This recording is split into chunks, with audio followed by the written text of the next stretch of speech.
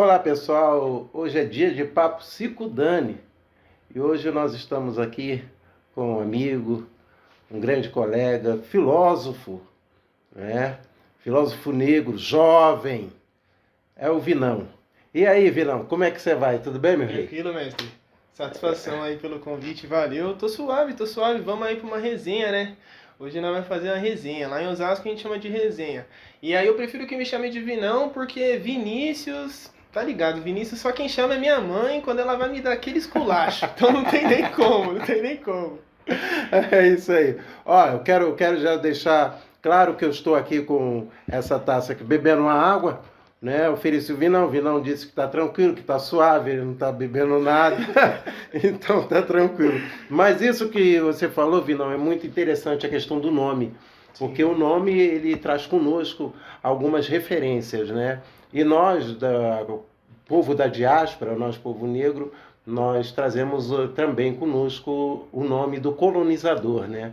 Então, para aqueles e aquelas que foram escravizados por alguns grupos que detinham o poder no período colonial, eles recebiam um nome estabelecido por aquele determinado grupo. Por exemplo, o pessoal da igreja, o clero, ao dominar os negros, ao escravizá-los, eles traziam nomes bíblicos ou ideias teológicas, como da graça, da cruz, Espírito Santo, dos santos, eu sou dos santos, né? Trindade, e daí por diante. Esses são nomes adotados pelo pessoal do clero que escravizava os negros. E tinha também o pessoal que tinham grandes possibilidades, grandes posses, né? Os grandes latifundiários, que está muito na moda hoje por aí, né? Tem uns aí perdidos. Os donos de terra aí, né? Esses eram os da Silva, né? Os da selva. Os negros ali, eles recebiam essa nomeação, os da Silva, como também aqueles da costa, que detinham a sua propriedade próximo ao litoral. Mas isso que você colocou em relação ao nome, de a mãe nos chamar, na minha casa também tem algo semelhante, né? Minha família, né, meus irmãos, nós somos fabianos, família Fabiano. Então tem eu, Edson Fabiano, tem Paulo Fabiano, Augusto Fabiano, Elisa Fabiano, Edna Fabiano. Todo mundo Fabiano. Todo mundo Fabiano. Mas na hora de chamar para uma conversa séria... É o primeiro nome. É o primeiro nome. Então é isso. Então, na verdade, nós queremos hoje aqui, para além dessa questão aí nomenclatural, além dessa questão de fala do nosso nome, da nossa referência, de onde nós viemos, nós vamos aí fazer uma resenha. Então, venha conosco. É com a gente hoje. Papo Sicudani.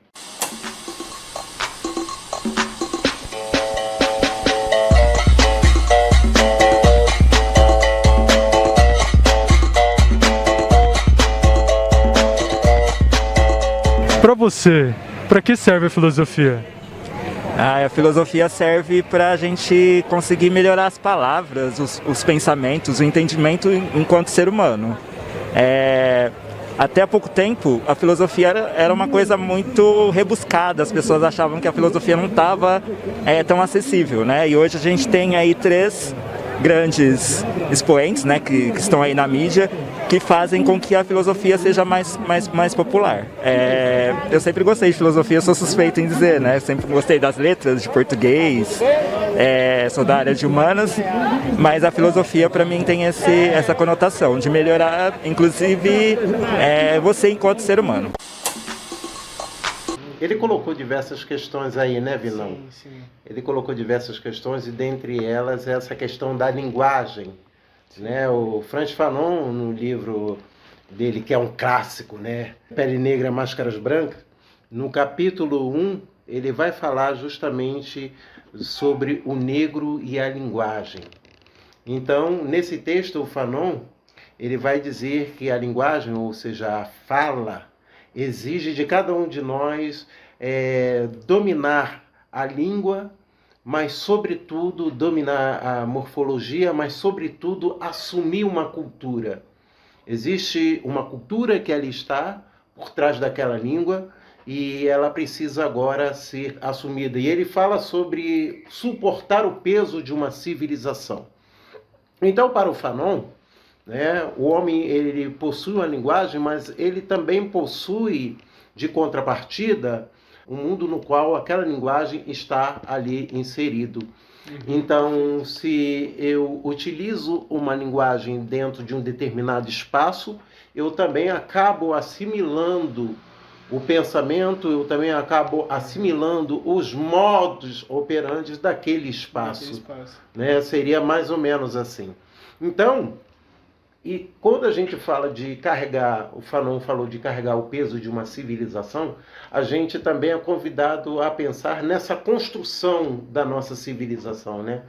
Aqui nós temos uma visão ocidental, né, dividida a partir de mundo antigo, Idade Média, Idade Moderna, sim, entendeu? E como que isso vai se traduzir para nós, para o nosso mundo negro, para a nossa perspectiva, o nosso olhar negro, né? Porque se nós pensarmos no mundo antigo, né, ele vai privilegiar uma forma de linguagem, que é a linguagem mitológica, exato, a partir dos mitos de Zeus, de Afrodite, né, e de tantos outros. Mas também, se nós formos olhar dentro dessa mesma perspectiva, nós não temos, dentro da nossa concepção afro, a ideia de mito, porque dentro da nossa construção afro-brasileira nós teríamos os itãs, né, que são formas também de explicar determinados fenômenos, determinadas realidades, mas a partir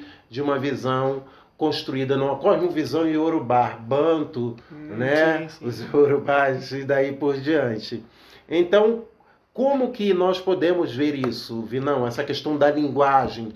Teria alguma filósofa, teria alguma pensadora que a gente poderia lidar com isso aí? Sim, a pergunta é boa e me chama a atenção ele falar sobre o rebuscamento da filosofia, né? Durante muito tempo, e volta naquilo que eu tinha falado do estereótipo do filósofo, né? De ser a imagem de um homem branco, certo, com toga grega, barbudão, e que geralmente volta naquilo da visão ampla, né? Do afastamento da sociedade para você ter uma visão mais detalhada dos problemas que ali estão localizados, e no final das contas, quando a gente traz o filósofo, eleva, vou chamar disso, né, uma elevação do filósofo para esse patamar, né, de uma torre de marfim, a gente acaba separando ele da sociedade, né?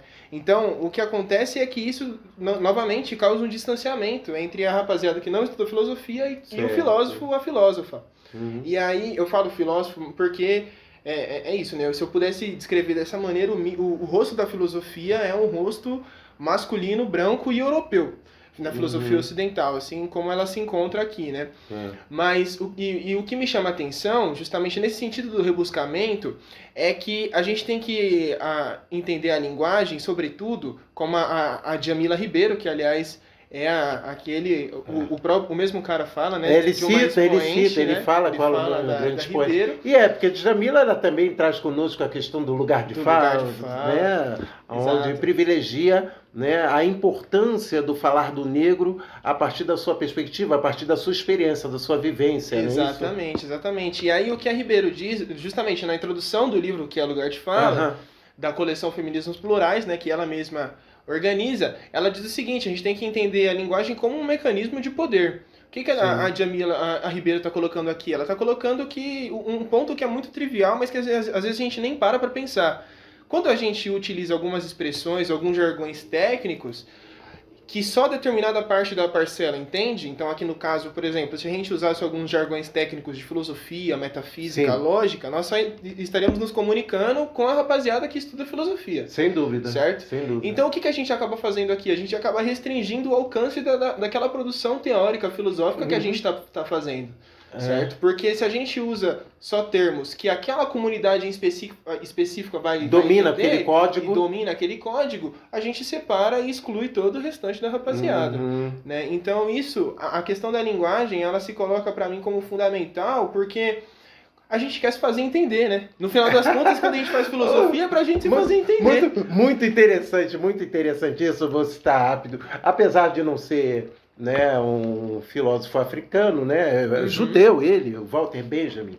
O Walter Benjamin, ele vai utilizar quando ele vai falar de linguagem como uma forma de estabelecer relações entre os homens, entre os seres humanos, o Walter Benjamin ele fala a respeito de 3 tipos de linguagem.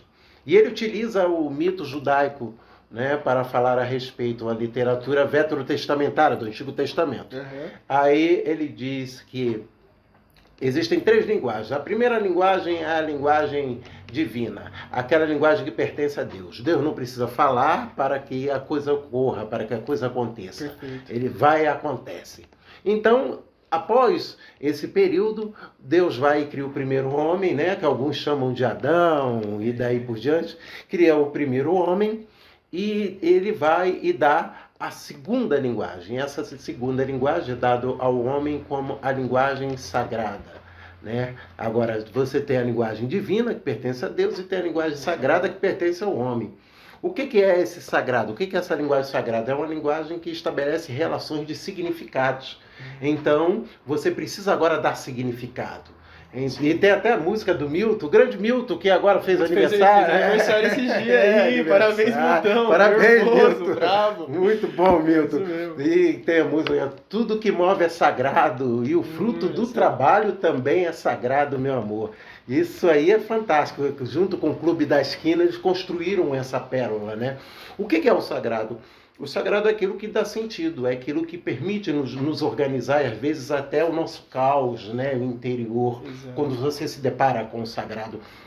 Só que o sagrado, ele não está dentro de uma normativa estabelecida por uma ordem religiosa, por uma ordem institucionalizada. Não, o sagrado é livre, né? Então, o primeiro homem agora ele dá sentido ao mundo dele. Então, ele começa a colocar nome nos seres e nas coisas que ele está vendo, que ele está observando. Então ele olha para cada bicho, ele começa: avestruz, águia, burro, cavalo, elefante, galo, macaco, leão, borboleta, cachorro, coelho, carneiro, camelo, viado, pavão, cobra, peru, tigre, gato, porco, vaca, urso, jacaré. Enfim, ele constrói tudo aí, vai banana, e vai laranja, e vai melancia. Ele constrói toda aquela dinâmica para dar sentido.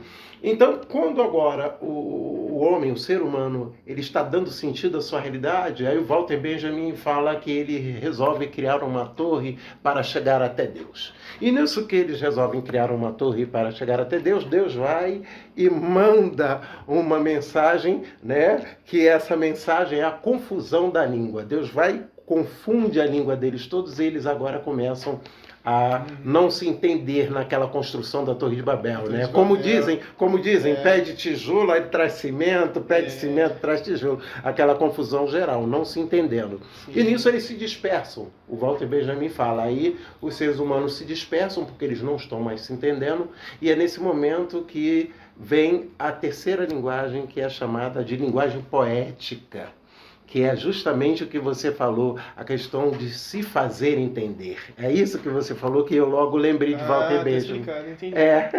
Eu lembrei. Então, qual é o papel da poesia? O papel da poesia é retratar, é mostrar aquele momento em que você está vivendo para você poder compreender tal realidade. A poesia é sagrado. Poesia é linguagem da alma. Poesia é lirismo, é emoção. Exato. Né? Então é dentro dessa emoção, dentro dessa questão poética, porque, Vinão, a maior dificuldade que você tem, que eu tenho, desde quando a gente acorda até a hora que a gente vai dormir, não é quantos ônibus pegamos para ir para o trabalho, não é quantos carrinhos de terra nós carregamos, não é quantas pedras nós quebramos. A grande dificuldade que o ser humano tem desde quando acorda, segundo Walter Benjamin, quando acorda até a hora que ele vai dormir, a maior dificuldade que o ser humano tem é se fazer entender. Então, a linguagem poética é a maneira que nós lidamos uns com os outros para se fazer entender. É uma linguagem que busca compreensão. Se ela não existir, logo pela manhã a gente já briga na padaria com o padeiro, já sai no braço, tira porrada e bomba porque não se fez entender. Então é isso, essa coisa que você acabou de dizer que é super importante, que é se fazer entender, se fazer compreender e não simplesmente fechar aquele código Sim. onde fica estabelecida a comunicação só entre os iluminados. Entre os iluminados, exatamente. E esse termo que o senhor falou é muito bom. Você, desculpa. É, pô, não. Eu tô vacilando, foi mal. Minha mãe é culpa da minha mãe, isso não é culpa da minha mãe. Eu vou trocar ideia com ela. Mãe, eu vou trocar ideia com a senhora. Na minha geração também é assim, eu também sou assim, eu chamo sempre. A linguagem é isso, né? Ela opera mesmo nesse inconsciente aqui, e às vezes a gente, mesmo eu tentando. Olha que interessante isso, né? Porque olha a filosofia aqui acontecendo. Mesmo quando eu tô tentando segurar uma certa expressão, inconscientemente, mesmo sem a minha decisão, né? Ou seja, não passa pelo meu poder de deliberação eu soltar essa palavra, né? Quem fala sobre isso também, quem nos chama atenção sobre isso, é a Lélia Gonzalez. A Lélia Gonzalez é uma das maiores expoentes do feminismo. Lélia é fantástica. Lélia é filósofa, Lélia é filósofa. Grande referência nossa aí. É intelectual, não tem essa de ativista filósofa, intelectual filósofa, é filósofa também. Aliás, eu acho que ela nem se importaria muito com esse título, né? Porque a Lélia fez uma interdisciplinaridade, né? Antropóloga e filósofa. Fantástica. Mas então o ponto dela é que quando ela está falando, né, sobre, no texto famoso dela, que é o Racismo e Sexismo na Cultura Brasileira, quando ela diz sobre a dialética, né, do jogo ali da consciência, da memória, a consciência é o discurso dominante, e a memória é tudo aquilo que o discurso dominante tenta apagar, ela diz o seguinte, olha, isso são as minhas palavras para explicar a Lélia, tá? Não que a Lélia tenha explicado assim. É importante falar. Essa aí. Eu não tô falando pela Lélia, não vem jogar essa responsa em mim não, pelo amor de Deus, longe de mim. Mas o que ela nos chama atenção é o seguinte, o Brasil é um país que paga pau de europeu. Usar a expressão clara. O Brasil gosta de pagar pau para o europeu. E aí, mas o que ela fala? Ela não vai falar, né? Tipo, imagina ela escrevendo, o brasileiro gosta de pagar pau para o europeu. Aí a editora falou, Gonzalez, não tem como colocar um bagulho desse para lançar, né? Lança aí um vocabulário um pouquinho mais acadêmico. Aí ela fala o quê? A ideologia do branqueamento. Certo? A ideologia do branqueamento, então, é aquilo que age no inconsciente da população, daquele povo colonizado, de tal forma que ele aspira ser tal como o europeu. Exato, é o que o Fanon vai colocar. Fala. Né? Exatamente. Não à toa a Lélia fala o seguinte, né? No começo do texto ali, ela fala o quê? Não, a identificação do dominado com o dominador acontece. E a gente está aqui tentando entender o porquê disso. Um tal de Fanon, é muito engraçado isso, que a Lélia é bem irônica, né? Ela fala um tal de Fanon e escreveu sobre isso. Vamos trocar ideia para ver como é que é. Mas o ponto que eu queria ressaltar era o seguinte, a Lélia fala o quê? Que ela não gosta de se referir à América Latina como América Latina, né? Sim. Ela pega emprestado um termo de... Eu esqueci o nome do cara, mas é um autor latino, e ela pega emprestado a expressão América Latina para destacar que mesmo o brasileiro, a cultura brasileira tentando ocultar as marcas da africanidade, que por cima dela foi construída a cultura brasileira, ainda assim, mesmo os brasileiros pagando o pau para o europeu, a marca da africanidade sempre se revela no inconsciente. Que maravilha. E aí o que ela chama atenção? Ela chama atenção pros caras que ficam pagando de inteligentão, pra elite intelectual branca, fica tirando sarro. É o que a gente chama agora de preconceito linguístico, né? Tirar sarro da pessoa porque ela falou Flamengo, não falou Flamengo. Exato. E a Lélia chama atenção pro seguinte, olha só, vocês que estão pagando de monstrão, intelectual, dono do saber, vocês não sabem que essa troca do R pelo L ocorre porque numa língua africana não tem a presença do R. Logo, soa mais natural na linguagem trocar o R pelo L. Fantástica. Sim. Até por causa de toda a construção da nossa linguagem, né, da nossa língua portuguesa, que tem vastíssima contribuição do povo banto, né? A nossa língua, ela se construi a partir de um vocabulário banto imenso, que já diz o nosso grande Ney Lopes, né? Ele tem um dicionário falando a respeito disso, né? O dicionário banto. E nós temos ali a palavra que a gente usa moleque, a gente usa caçamba, cachumba, maribondo, enfim. Bunda. A Lélia fala bunda. A bunda é fantástica. Bunda é fantástica. Lélia é fantástica. É horrível, né? A gente tem que falar nádegas. É horrível, nádegas, né? Nádegas é horrível. Bunda soa melhor, né? Bunda. É mais impactante, né? É mais impactante. É mais impactante. Então, esses códigos de linguagem hoje que a gente tem, para nos aproximarmos de determinados fenômenos, às vezes não dão conta. Eu me lembro do meu professor no mestrado, e foi também meu orientador, que ele falava que quando nós nomeamos determinados fenômenos, nós nos afastamos ao invés de nos aproximar. Tá entendendo? Entendi. Essa é a grande questão. Então, a nomeação, às vezes, que nós utilizamos para olhar determinados objetos, determinadas questões, não dá conta. Não Exato. dá conta. É preciso nós encontrarmos outros caminhos, né? E esse caminho vem através da vivência. Esse caminho vem através da experiência. Esse caminho vem como... no vídeo nós perguntamos também. Exato, exato. Nós perguntamos também a respeito dessa questão da filosofia para o nosso amigo e ele falou, né, a respeito de que ele vê a filosofia como uma prática. Olha que coisa maravilhosa. Filosofia como prática. Prática de fazer, prática de resolver e prática de solucionar. Então, prática de fazer, prática de resolver e prática de solucionar. Olha que coisa fantástica. Né? Isso é filosofia. E eu acredito muito nisso também. A filosofia como prática de fazer. Fazer o quê?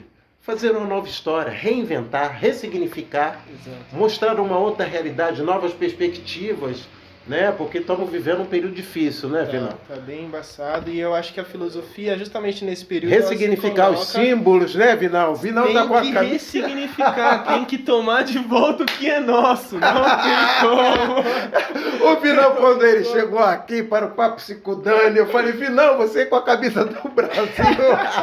Já me tiraram de... Enfim, eu não vou falar, né? Já me tiraram de Bolsonaro 2 vezes já. Mas fazer aqui. Tem que tomar de volta, não tem como. Exatamente, ressignificar. Então, a filosofia como prática de fazer, né? E nós estamos aqui nós estamos aqui para fazer uma nova construção, para reconstruir aquilo que até então foi nos dado como algo fechado, como algo determinado, que não podia de maneira alguma ser modificado, né? Perfeito. Isso aí é a herança de uma das ideologias do século XIX, né, Vinão? Porque o século XIX ele foi preenchido de ideologias, né? É isso aí. Exato, exato. Valeu, gente. Isso é Papo Psicodânio, hein?